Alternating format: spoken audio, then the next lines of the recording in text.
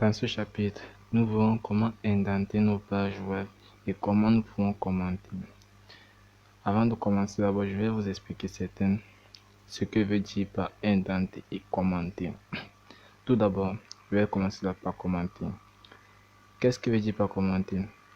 Il arrive que, par exemple, vous avez un projet qui peut prendre des mois pour sa conception.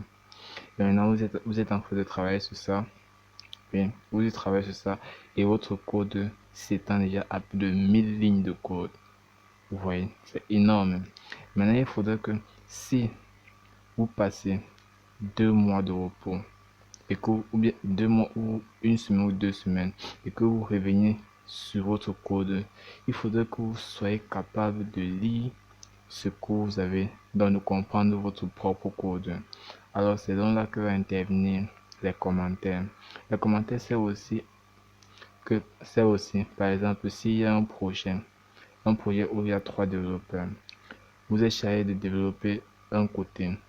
Après avoir fini votre côté, vous envoyez un autre développeur pour qu'il puisse avancer. Il faudrait qu'il puisse savoir à quel niveau vous vous êtes arrêté. Et c'est grâce aux commentaires qu'il pourra comprendre votre code. Sinon, sans cela, ce sera une tâche fastidieuse. Et ce ne sera pas mince surprise parce que comprendre des lignes de code qui s'élèvent à 1000 lignes, c'est pas facile. Alors nous verrons comment nous pouvons commenter des codes, nous pouvons commenter en HTML. Tout d'abord, nous retournons là, nous allons supprimer ce que nous avons vu avoir précédemment. Nous supprimons. Alors pour commenter en HTML, il nous suffit d'ouvrir une balise ouvrante, nous mettons point d'exclamation, puis nous faisons 2 traits de vide. 1, 2. Après avoir fait ces 2 traits de vide, nous mettons 2 autres traits de vide et nous faisons notre balise. Désolé, c'est trait de 6 plutôt. 1, 2, trait de 6. Comme vous voyez, voilà, nous pouvons maintenant écrire du n'importe quoi là-bas. Cela ne va pas avoir de répercussions dans notre code. Comme par exemple, je vais écrire je suis un commentaire.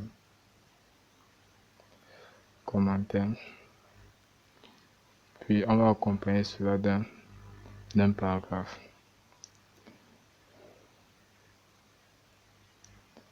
Puis je peux ce paragraphe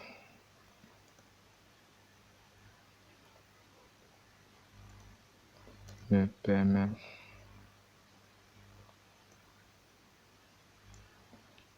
de tester mes connaissances.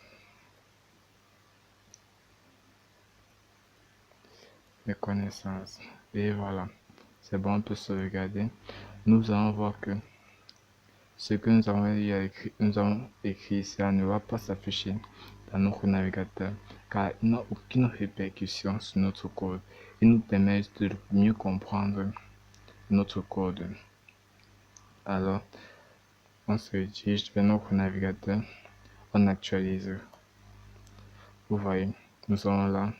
Ce paragraphe me permet de tester mes connaissances. Bon, notre navigateur n'affiche que notre paragraphe que nous avons écrit. Mais si nous voulons inspecter le code source le code source qui nous a permis d'écrire ce paragraphe, nous verrons le commentaire que nous avons eu à mettre. Comme là maintenant, je vous invite à faire un clic droit. Vous voyez ici, inspecter ou bien afficher le code source de la page. Nous allons partir sur afficher le code source de la page où vous pouvez faire ce CTRL-U qui est le raccourci.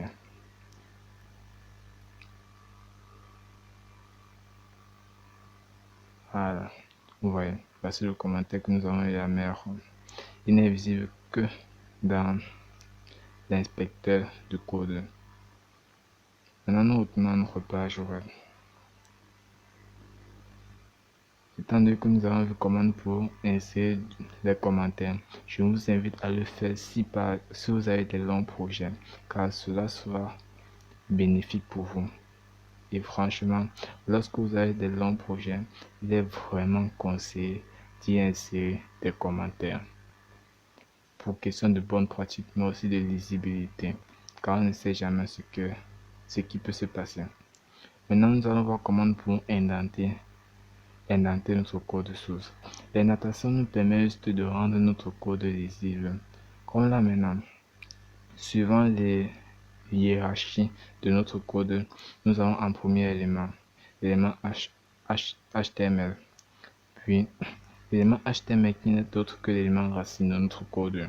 Il possède deux enfants. Ces deux enfants ne sont d'autres que, ne sont rien plus que la balise head et la balise body. Maintenant, la balise head possède deux enfants lui aussi, qui n'est d'autre que title et meta. La balise body, lui, quant à lui, possède un enfant qui n'est d'autre que l'élément, la balise P. Alors, suivant cet ordre-là, ils sont classés de sorte que ils sont bien lisibles à nous. Nous avons l'élément HTML. Nous voyons là ces enfants. La ligne ici nous permet de bien structurer le parent de son enfant. Je vais montrer un exemple. Je vais créer un paragraphe dans lequel il y aura des titres et dans lequel il y aura des sous-paragraphes, des paragraphes. Bon, on peut effacer ça.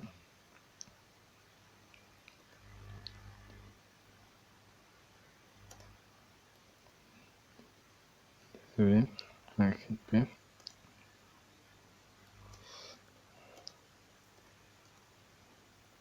Je suis un paragraphe.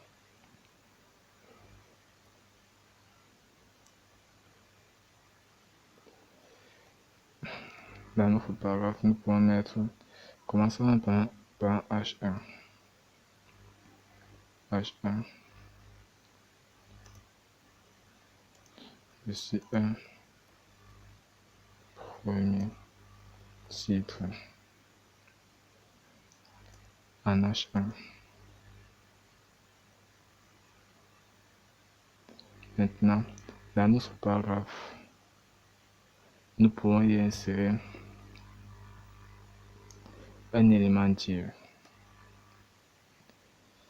Bon, il est bien que cette balise, nous n'avons pas vu à quoi nous ne l'avons pas eu à voir dans les chapitres précédents, mais je vais prendre cet exemple pour vous montrer comment est-ce que se présente l'indentation. Div, je vais écrire un paragraphe. En fait, je vais faire un bref résumé. L'élément div est un élément de type bloc. Il nous permet de contenir d'autres éléments de type bloc, comme par exemple un paragraphe qui n'est autre qu'un élément de type bloc. Mais nous allons voir ça un peu plus loin dans la formation.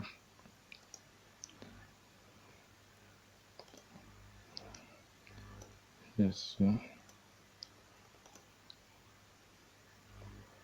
un second paragraphe.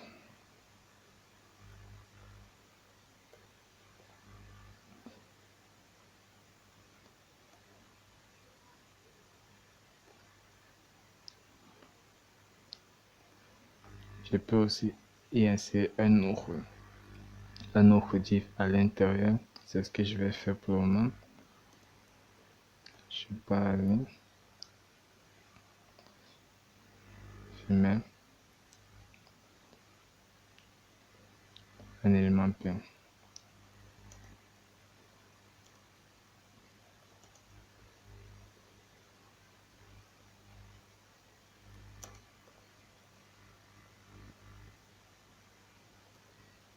Je suis un troisième paragraphe. Puis j'y insère un autre élément P, un autre div. L'opération se répète ainsi de suite.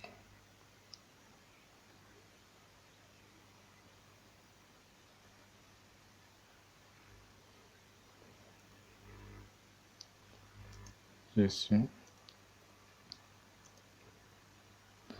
un quatrième.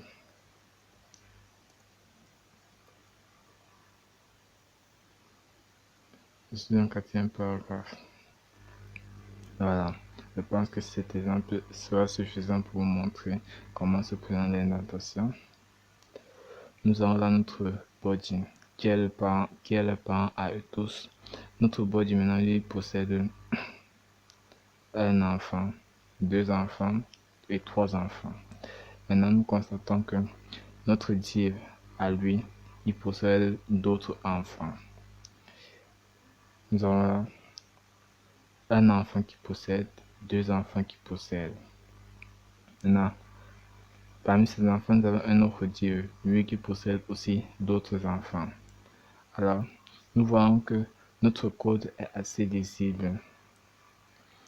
Il se peut aussi que lorsque vous écrivez du code, ils sont représentés ici. Je vais vous montrer. Ils se présentent là, ils se présentent là. Et que vous voulez les indenter. Alors c'est simple à les indenter. Venez, vous mettez sur le curseur là, vous cliquez sur tabulation. Vous cliquez encore sur tabulation, vous cliquez encore sur tabulation, jusqu'à ce que vous voyez, jusqu'à ce que vous constatez, bon, jusqu'à ce que vous voyez que c'est à sa place qu'il faut et que la place qu'il est, elle rend le code assez lisible. Car ce que nous cherchons, c'est juste rendre la lisibilité de notre code plus agréable. Vous tapez tabulation, et ainsi de suite. En fait, je pense que c'est tout ce que je pouvais dire sur l'indentation du code et j'espère qu'il vous aidera et que vous en saurez faire bon usage. Et disons, on se retrouve à la prochaine pour la suite de la formation. Merci d'avoir suivi cette vidéo jusqu'à la fin. J'espère qu'elle vous a plu. Si vous voyez mes vidéos et que vous trouvez que je fais du bon contenu, vous pouvez me soutenir soit en vous abonnant ou en faisant un don via ma page YouTube. Cela me fera plaisir et m'encouragera à créer d'autres contenus aussi de bonne qualité que ceux-ci.